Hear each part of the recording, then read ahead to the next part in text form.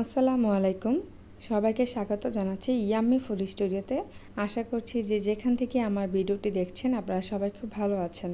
কচু দিয়ে ইলিশ মাছের মাথা রান্না করব আজকে আমি। হয়তোবা অনেকেই এই খাবারটা সম্পর্কে পরিচিত এবং অনেকে রান্নাও করতে পারেন, তবে আজকে আমি আপনাদেরকে একটু সহজ উপায়ে খুব সুন্দর করে এটা করে দেখাবো। প্রথমে আমি দেখিয়েছিলাম কচুটা আমি কেটে নিয়েছি এবং সেটাই আমি ভাপ দিয়েছি। ভাপ দেওয়ার পর এটার পানিটা খুব ভালো করে আমি ছেঁকে নিয়েছি। এখন মাছের মাথাগুলো আমি ভালো করে ভেজে নিব। মাছগুলো ভালো করে ভাজার পর আমি এটা একটা জায়গায় উঠিয়ে রেখে দিব এবং যেই তেলটা থাকবে মাছ ভাজার পর আমি সেই তেলে আবার রান্না করব। অলরেডি আমার এখানে অবশিষ্ট তেল রয়ে গিয়েছে এবং সেখানে আমি পেঁয়াজ কুচিগুলো দিয়ে দিচ্ছি।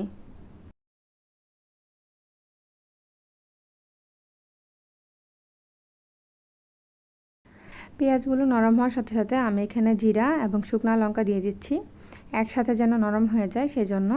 আমি আরও কিছু মশলা এখানে অ্যাড করব। এখন আমি একটু রসুন বাটা অ্যাড করে দিচ্ছি। এগুলো সব কিছু খুব ভালো করে নাড়াচাড়া করে আমার কষিয়ে নিতে হবে।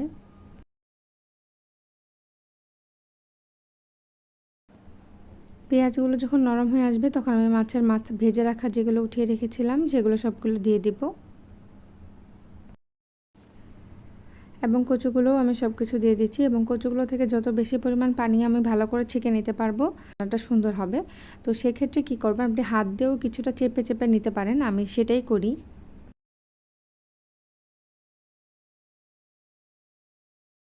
বেশ কিছুক্ষণ এগুলো ঢাকা ছিল এবং ঢাকা থাকার ফলে এটা খুব ভালো পরিমাণে নরম হয়ে এসেছে। তা আমি এখানে হলুদ গুঁড়া, মরিচ গুঁড়া আর একটু গরম মশলা দিয়েছি।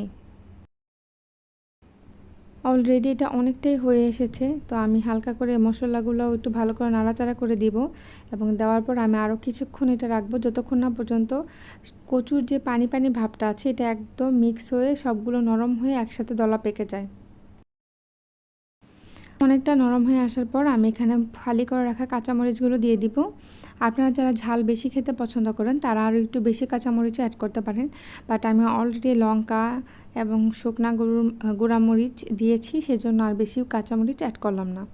তো আমি একটু ভালো সেন্ট আসার জন্য ধনেপাতাও ব্যবহার করছি। ধনেপাতা দেওয়ার পর এটা আমি আবার কিছুক্ষণ ঢেকে রাখবো। ছোট্ট একটা টিপস দিব এখন আমি আপনাদেরকে। আমি এখানে নামানোর আগে এটাতে অল্প একটু লেবু দিয়ে গার্নিশ করে নিচ্ছি। তো এটার ফলে কি হবে, আমাদের গলায় যে ধরার প্রবলেমটা সেটা আর হবে না। আমার রান্না এখন কমপ্লিট। তো এটা আমি এখন একটা জায়গায় সুন্দর করে বেড়ে নিব। আমি চেষ্টা করেছি খুব সিম্পল এবং ইজি উপায়ে আপনাদের সাথে রেসিপিটা শেয়ার করার জন্য। আশা করছি আপনাদের আমার রেসিপিটা ভালো লাগবে। যদি আমার রেসিপি থেকে আপনারা একটু উপকৃত হয়ে থাকেন তাহলে প্লিজ সাবস্ক্রাইব মাই চ্যানেল। আল্লাহ হাফেজ।